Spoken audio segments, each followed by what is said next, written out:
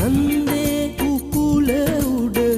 නින්ද ගිහින් හිටි එරබදු ඇහැ ඇරිලා ලන්දේ උකුල උඩ නින්ද ගිහින් හිටි එරබදු ඇහැ ඇරිලා අන්න හිනා වෙනවා